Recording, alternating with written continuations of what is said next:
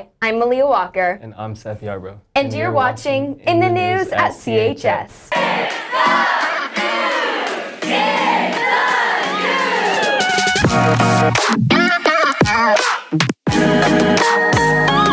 This Thursday, April 18th, will mark CHS's 4th annual Spring Extravaganza. The Spring Extravaganza combines 3 former CHS events into one: Open House, the Fine Arts Showcase, and CTE Night.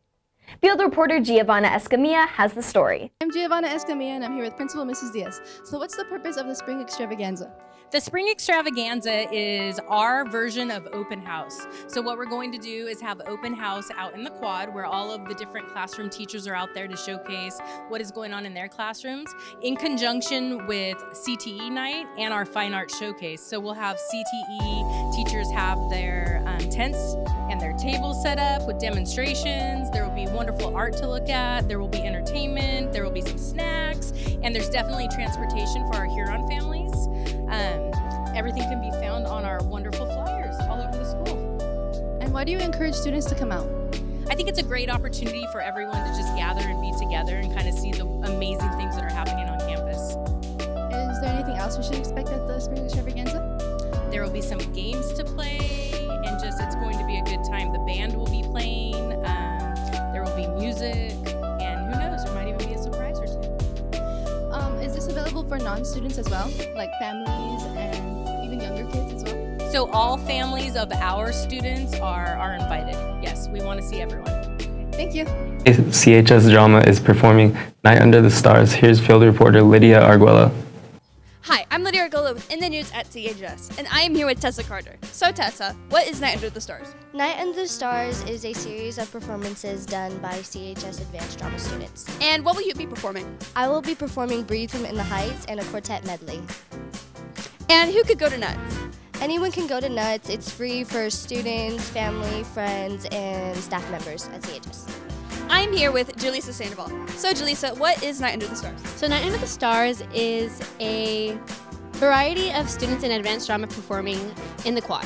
And what will you be performing? I will be performing Pulled from Addams Family, and then I'll also be doing a quartet medley. Ooh, and who can go to Nuts? Anyone can go to Nuts. It's free. It's outside in the quad, and it starts at 7:30. Great, thank you. CASP testing has begun for juniors and seniors. We sent field reporter Tristan Jewett out to learn more. I'm here with Mr. Yu. Can you tell me when will CASP test be taking place? So it's going to start next week, April 15th, and then it's going to go on for the next 2 weeks. April 15th to the 19th will be the ELA part. Wednesday is a regular day. We're not doing the block schedule on that day because we feel like the juniors need a break from that. Then the following week, starting April 22nd through the 26th, that's going to be the math part. Plus, the seniors will be taking their science test on just Monday and Tuesday that week. Thank you. And how long can students expect the test to take? It just depends. Every student's different. Some students are going to take their time, which I hope they do, and concentrate. The ELA could take anywhere from an hour and a half to 2 hours. The performance test would be about 2 hours and a half, just because it's more of an essay. And then for the math, same thing, the summative, it'll be a lot faster, hour and a half to 2 hours, where the performance task, you're going to have to, it's like a question that you have to break it down in different categories. And there's some typing for that one. And so that's going to take about like 2 hours and a half. Will the test be taking place in the same area as last year, or where will it be held? It will not be in Hub, it'll be in your classrooms. And that third and final week, we're not block anymore. We'll be regular school schedule. However, the juniors will test in science that week, and it'll be in their history classes. Thank you very much. Field reporter Rodolfo Gonzalez went out to interview Chase Stewart about his hobby. Here's what he had to say. You better hold your head up to the sky. I'm gonna roll with you till the day I die.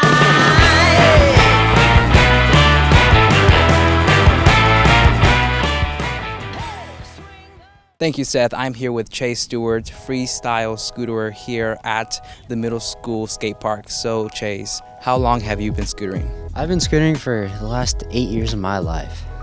And have you ever been injured?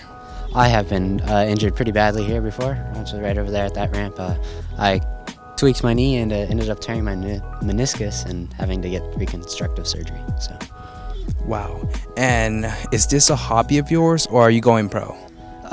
I used to look into the pro aspect of the sport, and then I had my crash, and now I just do it as the weekend sport. That's great to have a hobby.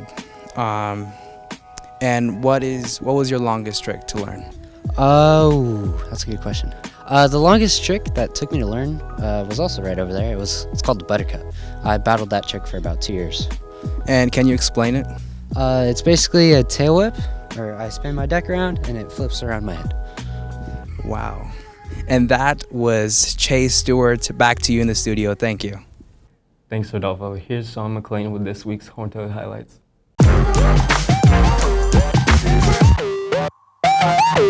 Thanks, Seth. Spring sports has been interesting this week for Horntoads. Last Tuesday, Boys Center had a great redemption game at home, beating Dos Palos with the score 9-0. After the last game, when they still won, but with the score 6-3. His Dara Gomez was the interview. Thank you, Sean. I'm here with Manuel Salazar at last week's tennis match. So, Manuel, did the match went how you expected? No, I expected to do better, and this time I didn't do as much. What was your mindset while playing? My mindset was to do better from when I went over there, and I didn't exceed that expectation. And how well do you think you played? I feel like I did intermediate. I did not good, not bad, in the middle. Okay, thank you. Baseball had a rough game last Tuesday, losing with a score of 0-18 against Dos Palos. Softball also played against Dos Palos and unfortunately lost with score 0-3. Baseball and softball also played against Tranquility at home and winning at home. Here's Michael Lofranco with an interview. I'm here with Coach Stubb. So, Coach Stubb, how'd you feel about today's game? Today's game was great. Big win. We needed it.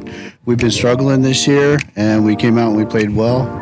Nolan Heron, very excited about him. He threw a no-hitter, which is the first I've been involved with as a coach in high school, so that was exciting. What do you think about the team's overall performance? The team's overall performance today was on par with what we expect. We've been underachieving this year, and this year we brought it and we came to play. Also very excited, we brought up David Moreno from the JV team, and David paid dividends immediately. He got a couple of hits, drove in some runs for us, and played good defense, so excited about that. All right, thank you. I'm here with Swish Stevens. So, Swish, how did you feel about today's game? Played a great game. Hard, really hard competition, you know. It's just a great game.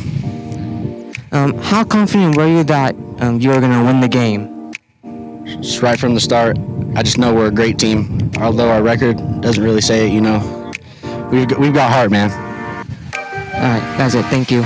Track and field had their meet last Wednesday at Avno. We'd like to congratulate all the runners who did the 400x1 relay who got first place in their heat. We also want to congratulate all the track and field members who got first place last Friday at the track and field meet at Lemoore. Boys tennis will have their senior night for their last home match this season against Fireball tomorrow. They'll also participate in the WSL League Championship Tournament at Fireball this Friday. Swim will also be having their senior night during the last home meet against Fowler this Thursday. Track and field will also have their senior night on their last home meet this Wednesday. Baseball will have their next game today at Avno, and softball will have their game this Thursday at Avno. We hope to see you there. Now back to you in the studio. Thanks, Sean. And thank you so much for tuning in. Now remember, if it's important, it'll be in the news at CHS.